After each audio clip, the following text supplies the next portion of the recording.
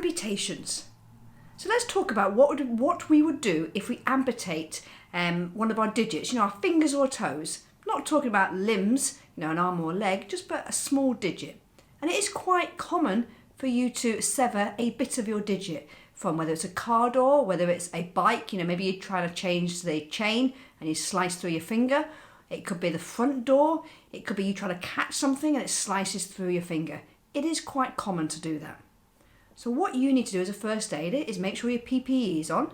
Go and treat the casualty first. You need to go and calm them down.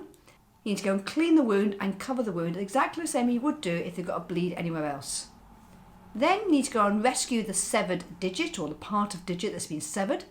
And you must keep it clean, so wrap it up in something, whether it's a dressing or a bit of gauze.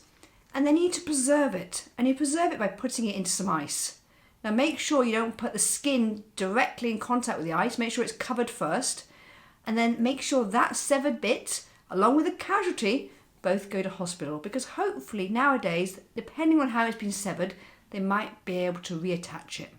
Don't forget to hit that subscribe button so you don't miss out on any of our important videos.